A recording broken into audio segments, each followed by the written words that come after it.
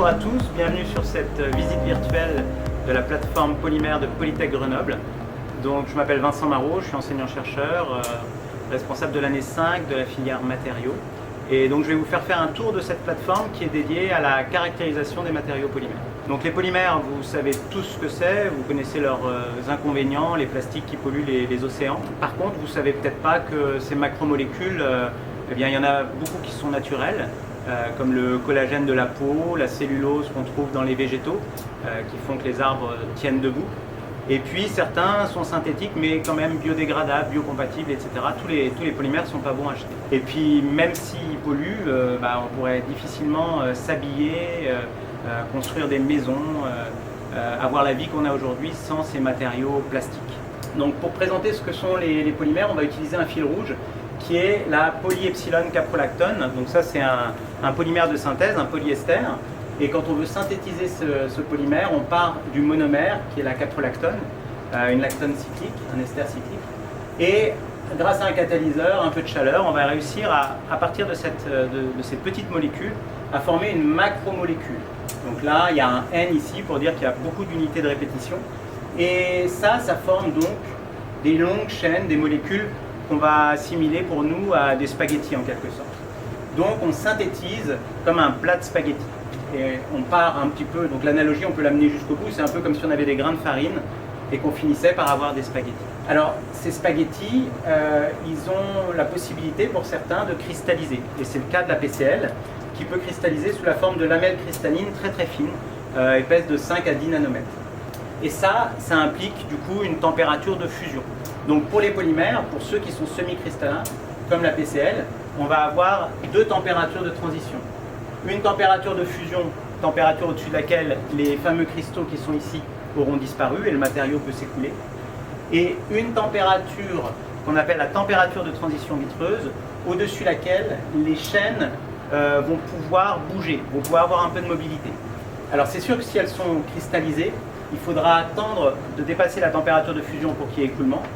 Par contre, le fait de passer sous la température de transition vitreuse aura un impact même sur des matériaux semi-cristallins comme celui-là. Ça les rendra beaucoup plus cassants, beaucoup plus fragiles.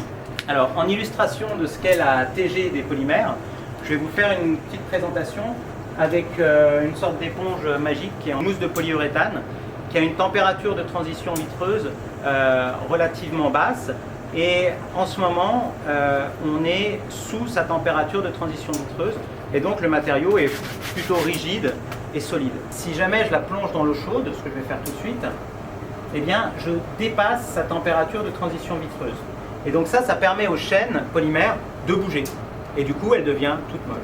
Si maintenant, à l'inverse, je la trempe dans de l'eau froide, alors pour faire la démonstration, je vais la bloquer, serrer comme ça, et la tremper dans l'eau froide. Donc là, je laisse l'eau froide refroidir les chaînes de polymères, qui vont donc se figer. Et là, ce que vous voyez, c'est que l'éponge reste dans cet état comprimé parce que les chaînes polymères ne veulent plus bouger, parce qu'on est en dessous de la température de transition vitreuse. Si maintenant je la replonge dans l'eau chaude, eh bien immédiatement, les chaînes polymères retrouvent leur mobilité, on est passé au-dessus de la TG, et l'éponge retrouve sa forme. Donc là, on a vu que la TG du polyuréthane était supérieure à la température ambiante. Dans le cas de la PCl, elle est de moins 60 degrés. Donc il faudrait refroidir énormément pour figer complètement ces chaînes. Donc ce matériau-là, à température ambiante, c'est un peu comme un matériau composite avec une matrice amorphe qui est relativement flexible et des cristaux qui, eux, sont assez rigides. Ce matériau, on en a mis dans des éco-cups de la PCl, de façon à ce qu'on puisse étudier la fusion et puis même la mise en œuvre avec les doigts de ce matériau. On va dépasser la température de fusion de 60 degrés et donc je vais aller mettre cette PCl dans un four qui est à peu près à 70 degrés.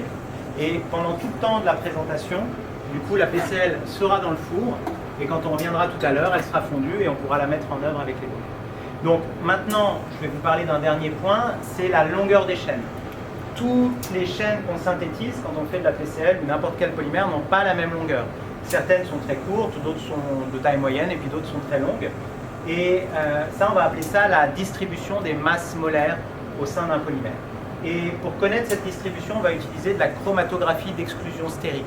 c'est un instrument qui va permettre de séparer les chaînes en fonction de leur taille et donc de connaître cette distribution. Et on verra que cette distribution a un fort impact sur les propriétés mécaniques des matériaux solides obtenus ou sur la viscosité des solutions de polymères en général. Donc comme je l'ai dit tout à l'heure, les polymères, quand on les synthétise, on n'a pas une seule taille de chaîne, on en a un grand nombre et on a toute une distribution des longueurs de chaîne. Et donc pour étudier ça, on a ici ce qui s'appelle une chromatographie d'exclusion stérique. L'idée est simple, on met en solution le polymère et on fait passer cette solution sur une colonne. Et dans cette colonne, il y a des infractuosités. Et plus les chaînes sont petites, plus elles sont capables de visiter jusqu'aux moindres petites infractuosités. Et donc ça les retarde.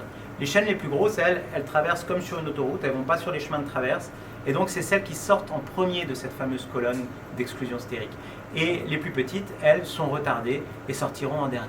Et donc du coup, ce qu'on obtient, ce sont des chromatogrammes, ce sont des pics que je peux vous montrer ici rapidement. Alors c'est pas très parlant, mais en gros ici, on voit deux pics qui correspondent à des standards.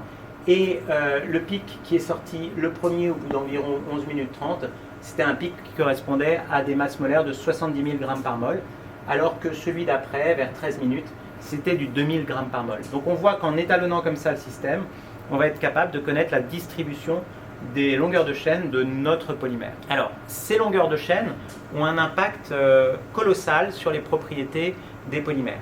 Ici, on dispose d'échantillons ayant des longueurs de chaîne différentes. Alors ces échantillons, je vous les présente d'abord à l'état solide. Là, on a 5 grammes de PEO, alors polyéthylène oxide en anglais, polyoxyéthylène en français, c'est un polyéther. On en a 5 grammes ici et on va le mettre dans 15 millilitres d'eau et ça va nous donner ça. Ça ressemble en gros à de l'eau, un sirop très très léger, la viscosité est très peu changée. Après, on va prendre 5 grammes du même polymère, mais cette fois-ci, les chaînes font 35 000 grammes par mol. Donc, on a toujours la même masse de polymère, mais chaque chaîne est à peu près 10 fois plus longue. Donc, on a à peu près 10 fois moins de chaînes. Et là, si je secoue ça, on voit que, je ne sais pas si vous voyez, mais on voit que les bulles remontent lentement à l'intérieur de mon petit flacon. Donc, la viscosité a augmenté. Si maintenant, je passe à du 1 million de grammes par mol, là, je n'en mets que 1 gramme. Vous allez voir pourquoi. Donc, je mets 5 fois moins de matière, mais chaque chaîne est beaucoup plus longue. Et bien là, la viscosité augmente terriblement. Ça ressemble plus à du miel maintenant qu'à un sirop ou quoi que ce soit d'autre. Donc, on a 5 fois moins de polymère dans l'eau, mais pourtant la viscosité est beaucoup plus élevée. Et si je passe à 4 millions de grammes par mol, ça ressemble toujours à une poudre blanche, hein, c'est pas si intéressant que ça de la voir, mais ça vous montre que la quantité de matière est de 1 gramme seulement, et bien cette fois-ci, on ne voit pas d'écoulement dans le temps de l'expérience. Si je laisse le flacon à l'envers, à la fin de l'exposé ici, tout le liquide sera tombé, mais ça prend du temps. Donc, ce qu'on comprend ici, c'est que la longueur des chaînes a une importance colossale sur la viscosité de la matière. Cette longueur, c'est un peu comme si vous passez donc, de coquillettes à des spaghettis plus ou moins longs. Eh bien, vous imaginez bien que si vous mettez une louche dans une soupe où vous avez mis des coquillettes, vous arrivez facilement à prélever une louchée. Par contre, si vous avez mis beaucoup de spaghettis, ou même pas beaucoup de spaghettis, mais des spaghettis très longs, ça devient compliqué de sortir une louchée parce que ça devient très visqueux.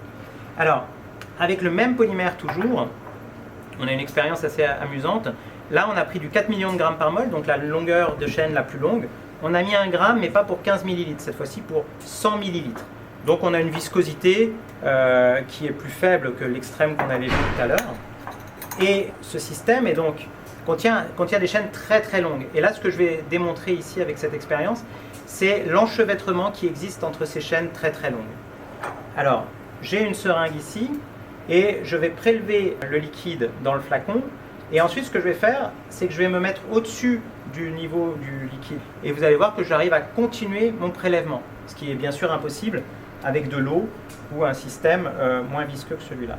Bien sûr, en plongeant ma seringue dans le liquide, et je vais pouvoir continuer mon prélèvement alors que je suis au-dessus du niveau du liquide.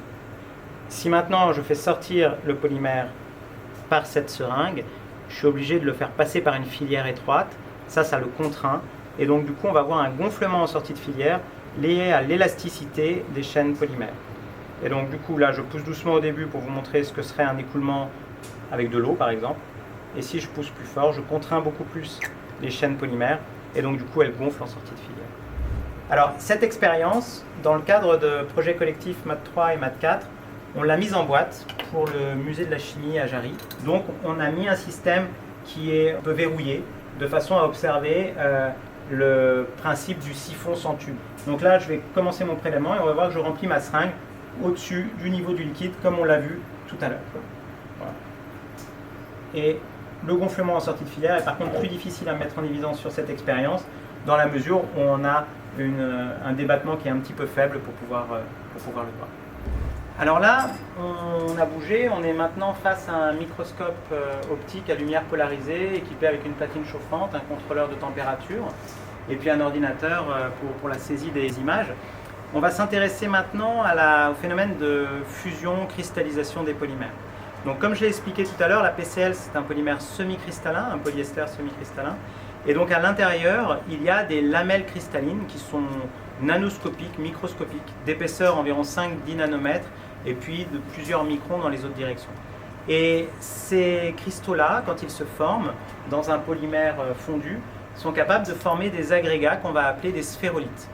Là, ce qu'on voit ici sur l'écran de ce microscope, eh bien, c'est des sphérolites dont le centre est ici, dont la croissance a fait qu'elles se sont percutées finalement et qu'elles ont un contour polygonal alors que ce sont au départ des sphères, en tout cas des disques ici parce qu'on est sur une faible épaisseur, qui se sont rencontrés. Donc là, moi je vais monter en température pour vous montrer la fusion de ces cristaux. Donc là, je viens de donner l'ordre au système de monter jusqu'à 95 degrés. Donc c'est parti. Et ce qu'on va voir, c'est la fusion des cristaux. En ce moment, on les voit parce qu'ils sont biréfringents, ils sont capables de changer l'angle de polarisation de la lumière. Et donc du coup, c'est pour ça qu'il y avait de la lumière qui traversait. À partir du moment où ils sont fondus, alors là, on doit avoir une pâte d'acarien ou une fibre textile elle-même biréfringente qui vient un peu polluer mon expérience. À partir du moment où ils sont fondus, il n'y a plus de lumière du tout qui passe. En tout cas, là où il y a des polymères.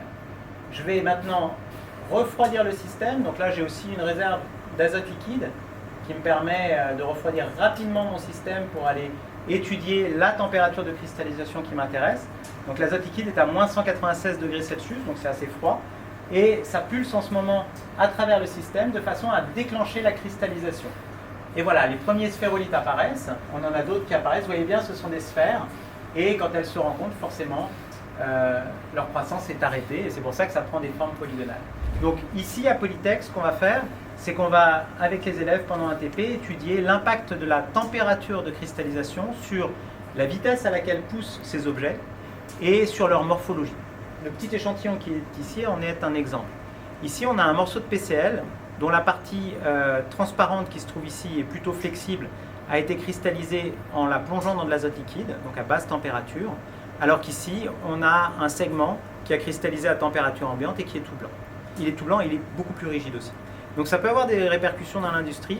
Si on veut faire des charnières flexibles qui ne cassent pas, il vaudra mieux cristalliser le matériau à basse température pour former des petits objets qui auront une certaine mobilité qu'à haute température où on forme des grosses sphérolites. Donc après avoir vu la cristallisation des polymères, on va maintenant aller dans l'autre salle de façon à pouvoir regarder le comportement mécanique en traction d'éprouvettes polymères. Du coup, là, on est passé dans la deuxième salle de la plateforme de caractérisation et on est face à une machine de traction. Donc ça, c'est une machine relativement simple qui va prendre une éprouvette, ici on appelle ça des éprouvettes en haltère, et aujourd'hui c'est du polypropylène. Donc ça, le polypropylène, c'est le polymère avec lequel on fait les éco-cups, telles que celles qu'on a utilisées tout à l'heure pour mettre de la PCl dans le four. Donc cette éprouvette en haltère va être tirée par la machine de traction, il y a une traverse en haut qui va monter et qui va tirer dessus et ça va nous permettre de voir comment cette éprouvette, comment ce matériau résiste à cette contrainte de traction. Alors en ce moment, on est dans une configuration un peu spéciale parce qu'il y a des projets qui sont en cours avec un industriel et on a un four qui est installé qui ne permet pas d'utiliser vraiment la machine comme on a l'habitude de le faire, mais ça devrait suffire pour faire ce qu'on veut faire aujourd'hui. Donc là, je vais lancer une traction à 100 mm par minute sur une éprouvette de PP polypropylène naturelle, c'est-à-dire sans charge. Donc, je tare et je lance l'expérience. Donc on va voir apparaître sur l'écran une courbe qui va nous montrer d'abord un domaine élastique et ensuite une déformation plastique. Et là, l'échantillon se déforme, et on devrait même voir un phénomène de striction, c'est-à-dire une réduction de la section de l'éprouvette qui va arriver bientôt, qui se voit ici à l'intérieur de la machine, et sur la zone ici où on voit une chute de la contrainte. Et ça c'est le moment où les chaînes s'orientent et qu'on a une déformation plastique qui va amener à une rupture qui devra arriver incessamment sous peu. Voilà. Donc il y a eu rupture. Alors, on voit que le matériau qu'on avait initialement se retrouve bien déformé, avec une zone où les chaînes se sont écoulées. C'est le phénomène de striction avec une réduction de la section telle qu'on le voit ici. Ce que je vais faire maintenant, c'est qu'on va comparer ce matériau polypropylène naturel à ce même polypropylène mais chargé fibre de verre. Donc je vais insérer l'éprouvette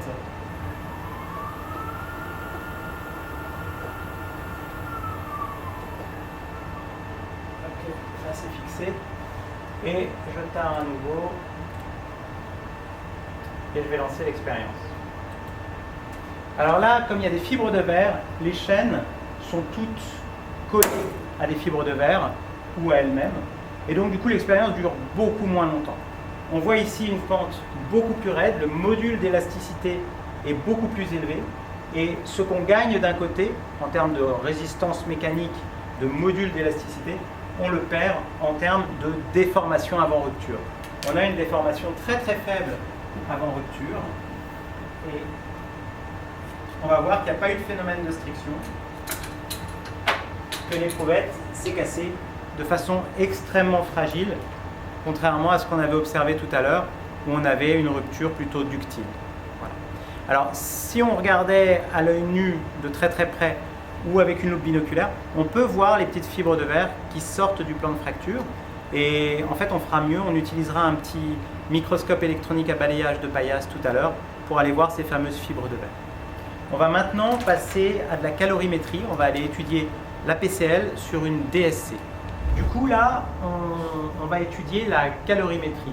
Alors, on va faire de la DSC, une analyse différentielle calorimétrique, c'est-à-dire qu'on va chercher à comprendre à quelle température se produisent les transitions au sein de la matière. Et donc, ici, à nouveau, notre petit polymère fétiche, la PCL, la polycaprolactone. On a dit tout à l'heure qu'elle a une TG à moins 60 et une température de fusion à plus 60 degrés. Et bien ça, grâce à cet instrument, on est capable de le mesurer. On est aussi capable de mesurer des échanges d'énergie qui ont lieu lors de la fusion ou de la cristallisation des matériaux. On va parler d'enthalpie. Typiquement, la PCL, du coup, vu que c'est elle qui est étudiée ici, on voit que quand on monte en température, c'est la courbe rouge qui se trouve ici, on a un petit épaulement vers moins 60 degrés qui est très difficile à voir quand on zoome pas sur la courbe. Et ce petit épaulement, ça correspond à la température de la transition vitreuse. Et quand on continue à monter en température, on voit un pic endothermique qui correspond à la fusion de notre matériau. Plus l'air sous le pic sera importante, plus on aura fondu un grand nombre de cristaux. Et on parle d'enthalpie de fusion ici. Et à l'inverse, quand on va refroidir l'échantillon, c'est la courbe bleue, on va voir à une température un peu plus basse, du coup la fusion s'était produite à 60 degrés comme annoncé au début de la séance. Ici, en refroidissant, comme tout à l'heure, il faut descendre en dessous de la température de fusion. Ici, vers 23-24 degrés, commence la cristallisation et cette fois-ci, c'est un pic exothermique. Donc la cristallisation de la matière, ça libère de l'énergie, alors que la fusion, ça en prend. Alors, dans la vie de tous les jours, on a pas mal d'exemples de ce phénomène-là. La fusion qui prend de l'énergie, c'est typiquement ce qui se passe quand on met un glaçon dans une boisson. C'est pas parce que le glaçon est froid qu'il va refroidir la boisson, c'est parce qu'il va fondre en fait. Et le glaçon, en fondant, va capter énormément d'énergie et va refroidir la boisson. De la même façon, quand vous sortez d'une douche, vous avez froid quasi instantanément, non pas parce qu'il fait beaucoup plus froid en dehors de la douche, mais parce que l'eau qui est sur votre peau s'évapore. Et il y a une enthalpie de vaporisation qui est assez importante, qui fait que cette eau en s'évaporant, pour s'évaporer, elle va avoir besoin de consommer de l'énergie et cette énergie, elle la prend sur votre peau et c'est pour ça que vous avez cette sensation de refroidissement. Donc la DSC, pour les polymères, ça nous permet de mesurer des températures de transition et des énergies associées à des cristallisations ou des fusions, par exemple. On va maintenant passer sur un autre instrument qui est la DMA. Et du coup, on est maintenant face à la DMA, donc c'est un outil d'analyse mécanique dynamique. Donc mécanique parce qu'on va faire subir à l'échantillon une contrainte mécanique. Alors tout à l'heure on était sur une traction qui est capable d'appliquer jusqu'à 1 tonne de force. Là bien sûr cet instrument n'est pas dimensionné pour ça, là on applique maximum 2 kg à peu près de force. Mais l'idée cette fois-ci ça va être de solliciter un échantillon de façon vibratoire. On va venir faire des déformations en restant dans le domaine élastique et en analysant le déphasage qui existe entre la déformation imposée et la réponse en contrainte du matériau, eh bien, on va pouvoir extraire des informations sur les propriétés élastiques pures du matériau et les propriétés visqueuses pures du matériau. Alors en TP, ici, on étudie une colle de type araldite, un polyépoxyde, mais pour aujourd'hui, pour cette visite, j'avais placé dans la DMA à nouveau de la PCL, de façon à pouvoir voir une température de transition qui n'était pas facile à voir tout à l'heure sur la DSC et qui est plus facile à voir ici sur la DMA, qui est la température de transition vitreuse. Comme je l'ai expliqué, en dessous de la température de transition vitreuse, les chaînes sont bloquées et donc le système est très rigide. Donc mécaniquement, il a un fort module. Et quand on dépasse la température de transition vitreuse, la mobilité des chaînes devient possible et donc le module s'écroule. Et c'est ce qu'on voit typiquement ici sur cette expérience qui a été faite à basse température. On a commencé l'expérience à moins 80 degrés Celsius et on voit qu'on avait un module d'élasticité de l'ordre de 2 gigapascales. Et bien en montant en température vers moins 60, au passage de la température de transition vitreuse, on a une chute de module, c'est la courbe verte, qui descend pas mal. Alors ça ne descend pas à zéro parce qu'on a une phase cristalline dans ce polymère qui fait qu'on descend aux alentours de 300 mégapascales. Donc cet outil est extrêmement sensible pour analyser la température de transition vitreuse des polymères. On va maintenant passer à une expérience qui est juste à côté, qui va nous permettre de caractériser la chimie des polymères, c'est de la spectroscopie FTIR. Alors du coup là on est devant un spectrophotomètre FTIR, donc c'est un spectrophotomètre infrarouge à transformer de Fourier. L'idée c'est qu'on va éclairer l'échantillon avec des longueurs d'onde infrarouges et en fonction des liaisons chimiques qui sont présentes dans les échantillons, eh bien elles vont absorber à différentes longueurs d'onde. Donc ça va nous donner la carte d'identité de notre échantillon avec les longueurs d'onde absorbées en infrarouge. Alors là, on est sur un mode ATR, pour Attenuated Total Reflection. L'idée, c'est qu'on va éclairer un cristal diamant par en dessous et les ondes infrarouges vont arriver de façon rasante proche de l'échantillon et sonder uniquement le premier micron de l'échantillon. Donc ça, c'est utile parce qu'on n'a pas du tout à préparer des échantillons ultra minces comme si on voulait les traverser par les ondes infrarouges. On peut prendre un échantillon, peu importe son épaisseur, et venir le sonder comme ça sur son premier micron. On va obtenir dans quelques instants un spectre de notre polymère. Donc voilà à quoi il ressemble.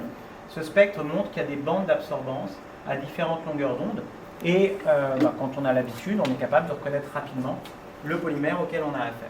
Je vais juste vous montrer tout de suite un autre échantillon. Donc ça, c'était un verre à cocktail cassé, comme ça arrive souvent. Et je place cet échantillon au même endroit et je lance une acquisition. Alors ces deux échantillons ne se ressemblent pas, on va voir si par contre leurs spectres ont des points communs ou pas. Ici, quand on a l'habitude, on voit qu'il y a des bandes caractéristiques au-dessus de 3000 cm-1 qui correspondent au CH aromatique. Donc c'est un polymère qui a des noyaux benzéniques, donc des cycles aromatiques. Et le polymère de consommation le plus courant qu'on connaît avec ce genre de cycle-là, c'est le polystyrène. Et ça, vous aurez reconnu, c'est du polystyrène expansé. Ici, on a étudié le deuxième échantillon. Je vais essayer de changer sa couleur, voilà, pour qu'on le voit mieux. Et on voit en fait une superposition parfaite des bandes d'absorbance. Donc, ce verre est lui aussi constitué de polystyrène. Alors dans un cas, il est expansé et pigmenté en noir. Dans l'autre cas, il est nature. Mais finalement, c'est exactement le même polymère. Et ça, le spectro-infrarouge nous l'affirme. Alors bon, vous pourrez me dire, ça se trouve, il dit tout le temps la même chose, le spectro-infrarouge. Donc du coup, pour être sûr qu'il fonctionne bien, on lance un troisième échantillon. Et ce troisième échantillon, c'est de la PCL, de la polyepsilon caprolactone. Comme je l'ai expliqué tout à l'heure, donc cette PCL qu'on avait mise dans le four au début de la visite, c'est un polyester. Et les polyesters ont des fonctions carbonyles, donc des C double liaison O, qui sont assez caractéristiques en infrarouge. Ils absorbent vers 1700 cm-1. En ce moment, sur le polystyrène, on n'a pas de bande d'absorbance à 1700 parce que tout simplement, il n'y a pas de carbonyle dans un polystyrène. Par contre, si j'ai bien positionné l'échantillon là-bas, on devrait avoir une belle bande à 1700, ce qui est le cas ici, pour ce polyester. Donc on voit que sa réponse est complètement différente d'un point de vue réponse spectrale. Et on voit aussi que cet outil est rapide, facile à utiliser. C'est l'outil de choix pour détecter éventuellement des explosifs rapidement aux bornes de contrôle des aéroports ou à d'autres endroits quand on veut connaître la nature chimique d'un matériau, pas que des polymères. On va maintenant passer sur une autre caractérisation qui s'appelle l'ATG, l'analyse thermogravimétrique.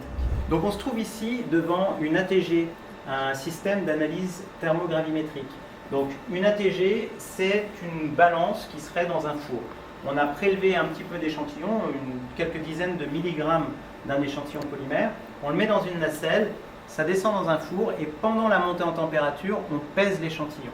Et ce qu'on va pouvoir observer, c'est la température à partir de laquelle l'échantillon se dégrade, parce que quand il va se dégrader, quand il va brûler, finalement, il va perdre en masse. Et ça, on va le détecter. Ici, on a fait un test avec le polypropylène, l'échantillon qu'on avait testé en traction tout à l'heure, et avec lequel on fait les éco-cups. On voit, et c'est la courbe verte qui est superposée à une courbe rouge ici, qu'à partir de 254 degrés Celsius, il y a une chute de masse importante qui se poursuit jusqu'à 500 degrés. Et ensuite ça plafonne et on a perdu 99,9% de la masse de l'échantillon, c'est-à-dire la totalité, on va dire, à l'incertitude de mesure près. Si maintenant on place l'échantillon en polypropylène plus fibre de verre, eh bien cette fois-ci, comme il y a des fibres de verre qui sont incapables de brûler, parce qu'elles sont inorganiques, eh bien on va avoir la même température de début de chute de perte de masse. Par contre, elle va s'arrêter plus tôt, on ne va pas aller jusqu'à 100% de perte, parce qu'il y a des fibres de verre. Et on voit ici une perte de 69,79%, c'est-à-dire à peu près 70%. Et ça tombe parfaitement bien parce que le fournisseur de matière, pour cette matière qui avait été injectée au lycée Vaucanson d'ailleurs, indiquait 30% de fibres de verre, 70% de polypropylène. Donc cette machine peut être utile pour caractériser des matériaux polymères composites. Elle peut permettre donc de déterminer combien il y avait de fibres de verre dans un composite. Elle peut aussi permettre de bien connaître les températures de dégradation. Et donc ça va nous permettre de savoir si des stabilisants qu'on aurait mis dans une matrice polymère jouent leur rôle en retardant la décomposition thermique du polymère. Et elle peut permettre, pour des études avancées de type recherche, telles que celles qu'on fait dans mon laboratoire, de savoir quelle quantité de phase sol-gel on a mis dans des membranes pour piles à combustible. Maintenant qu'on a vu cette machine, cette dernière machine de caractérisation, on va aller de l'autre côté pour aller voir le microscope électronique à balayage et le polypropylène fibre de verre observé là-bas. Ok, alors du coup, comme promis, on est devant un MEB, un microscope électronique à balayage. Donc tout à l'heure, on avait fait un peu de microscopie optique, mais là, au lieu d'utiliser des photons, on va utiliser des électrons pour balayer la surface de notre échantillon et venir en mesurer la morphologie finalement. Donc on va obtenir des photographies qui vont quand même nous donner des fois des informations chimiques. Ici, typiquement, on regarde la surface vue de dessus d'une éprouvette de traction de PP fibre de verre. Et du coup, ce qu'on va pouvoir voir, c'est ce que j'ai promis tout à l'heure, c'est les fameuses fibres de verre. Alors, on est dans un mode d'observation particulier. C'est le mode BSE pour Backscattered Electrons, donc les électrons rétrodiffusés. Et l'intensité de ces électrons rétrodiffusés dépend du numéro atomique des atomes percutés. Et donc, plus on aura un numéro atomique élevé, plus on aura d'électrons rétrodiffusés. Ce qui fait qu'ici, on va avoir un contraste important entre la matrice polymère, qui reste sombre, et les fibres de verre qui contiennent du silicium. Donc le polymère, lui, il y a du carbone et de l'hydrogène, donc du polypropylène. Et ici, on a des fibres de verre qui contiennent du silicium, un atome plus lourd. Et donc, on a un meilleur contraste. Et donc, on voit très bien ici, l'image est jolie, on a ici la trace d'une fibre de verre qui a été arrachée. Ici, une fibre de verre qui est encore à moitié enterrée dans le polypropylène et sa surface cassée. Bien sûr, il y a des fibres de verre qui dépassent de cette surface, qu'on voit ici comme une forêt de bambou, on dira. Et donc, cet outil va nous permettre de caractériser morphologiquement les échantillons polymères composites, comme c'est le cas ici, mais éventuellement des mélanges de polymères ou des systèmes cristallisés, etc. Alors là, l'image est en petit, mais quand on fait une acquisition, on peut avoir quelque chose de mieux résolu, comme c'est le cas ici. Par contre, le balayage s'est fait plus lentement, donc on a des traits qui correspondent à des petits mouvements au niveau de l'échantillon. Mais du coup, c'est très pratique, ça permet de voir des choses qu'on n'est pas capable de voir par microscopie optique. On va maintenant aller sur la dernière étape de cette visite, qui est la mise en œuvre de la polycaprolactone avec les doigts. Alors, tout à l'heure, en début de visite, on avait placé la PCL, la polycaprolactone, sous forme de petits granulés. Donc ça ressemble à des grains de riz, c'est comme ça que ça se présente dans l'industrie. Des petits granulés parce que les polymères sont des mauvais conducteurs thermiques et donc ils seraient difficiles à fondre s'ils étaient sous la forme d'un gros lingot.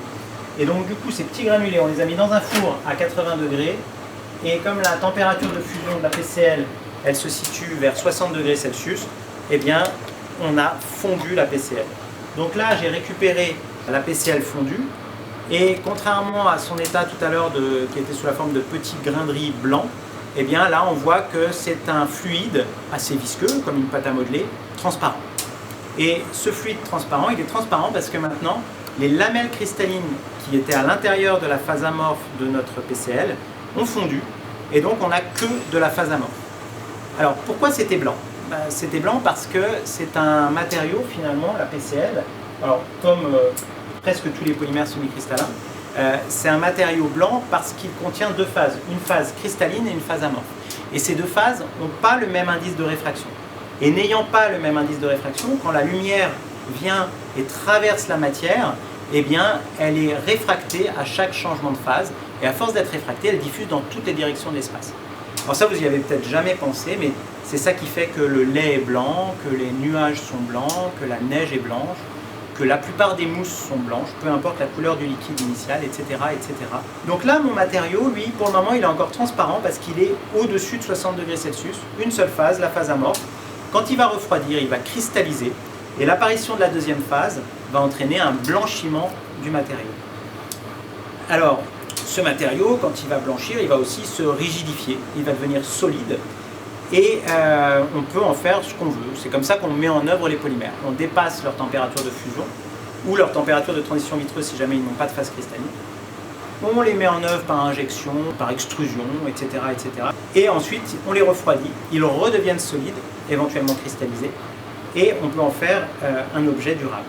Alors, vous vous posez peut-être la question de comment je fais pour avoir un matériau qui était à 80 degrés au contact de mes doigts sans me brûler. Mais en fait, les polymères sont des mauvais conducteurs électriques, ça vous le savez, ce sont des isolants, mais aussi des mauvais conducteurs thermiques.